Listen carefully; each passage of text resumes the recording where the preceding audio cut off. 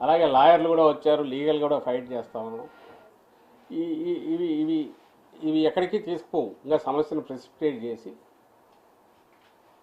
మీకు ఏదైతే ధీమా ఉందో దానివల్ల వీళ్ళు ఏదైతే ఇచ్చారో దాని మీద వాళ్ళు చేయగలిగింది కూడా ఏమీ లేదు. ప్రత్యామ్నాయ ఏర్పాట్లు అయితే జరుగుతాయి, జరక్క తప్పదు. ఎందుకనేది కూడా చెప్తున్నాం.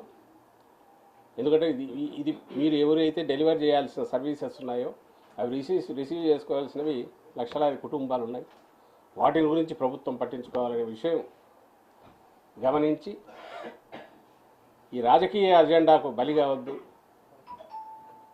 అని అందరికీ మరోసారి విజ్ఞప్తి చేద్దామని ముందుకొచ్చాం. ప్రభుత్వంలో భాగంగా ఉన్నారు, సేమ్ మున్సిపల్ ఉద్యోగులు కూడా అంతే. వాళ్లకు చెప్పాం, సాల్వ్ చేయగలిగినవి చేస్తాం. ఇప్పుడు చిన్న చిన్నవి ఉంటే చేస్తామంటున్నాం. వాళ్లకు తెలుసు, మున్సిపల్ ఉద్యోగులు కూడా తెలుసు. ఇవి ఇవి ఇవి ఎసెన్షియల్ సర్వీసెస్, ఇవి అత్యవసరమైనవి. ఎంటైర్ సివిక్ లైఫ్ను లేదా పేద కుటుంబాలను డిస్టర్బ్ చేసేవి. వాటిని ఎలాంటి భంగం కలిగినా ప్రభుత్వం బాధ్యత అవుతుంది. మీరు కూడా ప్రభుత్వంలో భాగం కాబట్టి అడగడం బాగుంది. అసలు ఆ సమ్మె పోకుండా కొన్ని పరిష్కారం అయ్యేలా చాలా వరకు వీళ్ళు పరిష్కారం చేసినవి, సమ్మెకు పోనవసరం లేకుండానే చేసినవి, చేస్తున్నవి కూడా. వీళ్ళందరూ కూడా అంతకుముందు సిఎస్ గారి దగ్గరికి వస్తున్నారు, నా దగ్గరికి వస్తున్నారు, మంత్రుల దగ్గరికి వెళ్తున్నారు. రెగ్యులర్ ఇదైతే ఉంది ఇంటరాక్షన్. బట్ సహజంగానే శాలరీ పెరుగుతుంది మనం సమ్మె లేకపోతే అన్నందువల్ల వెళ్ళిండొచ్చు. కానీ అది సాధ్యం కాదు.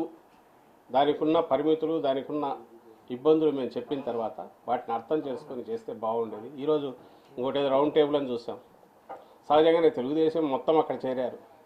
వీళ్ళందరూ ఎవరంటే జగన్మోహన్ రెడ్డి గారిని టార్గెట్ పెట్టుకుని ఏదో ఒక రకంగా పొలిటికల్ మైలేజ్ పొందాలనుకునే వాళ్ళు. తప్పు కాదు, వాళ్ళకి ఇది ఉంటుంది. వీళ్ళది తప్పు కాదు. అది ఎన్నికల్లో రేపు ఎలాగూ అలాంటి నిర్ణయం తీసుకోవాలని వాళ్ళు, అది ఎవరి ఇష్ట ప్రకారం వాళ్ళు ఓట్లు వేస్తారు. That's different issue. కానీ గవర్నమెంట్ యాక్టివిటీ ఏదైతే ఉందో, లేదా పేద ప్రజలకు అందించాల్సిన ఇది కానీ, లేదా మున్సిపల్ వర్కర్స్ విషయంలో అయితే పారిశుద్ధ్యం అంటే సివిక్ లైఫ్కు, పౌర జీవితానికి సంబంధించినంత వరకు ఎఫెక్ట్ అయ్యే రకంగా అది కంటిన్యూస్ చేయడం అయితే దాన్ని రిజాల్వ్ చేయకుండా ప్రభుత్వం ఊరకైతే ఉండలేదు. అది జరిగినప్పుడు సహజంగా అన్ని వైపులా నష్టం జరిగే ఇది ఉంటే దానివల్ల ఎవరికి ఉపయోగం లేదని చెప్పడం నా ఉద్దేశం. అది గతంలో కూడా చెప్పాం, మళ్ళీ చెప్తున్నాం. దయచేసి అర్థం చేసుకోవాల్సిందిగా కోరుతున్నాం. దాని ప్రకారం ఇప్పటికీ డోర్స్ ఆర్ ఓపెన్, వాళ్ళు చేయొచ్చు. వాళ్ళు దాన్ని ఏమంటారు, ఉద్యమం కానీ సమ్మె కానీ ఏది చేసినా దానికి ప్రాపర్ ప్రొసీజర్ ప్రకారమే నోటీసులు ఇవ్వడం ఏదో జరుగుతుంది, చూస్తారు. ఎవరి మీద ఎలాంటి దురుసుగా ఇచ్చేయొద్దని సంబంధిత పోలీస్ డిపార్ట్మెంట్ కానీ మిగిలిన వాళ్ళకు కూడా ఆదేశాలు వెళ్ళాయి. Only thing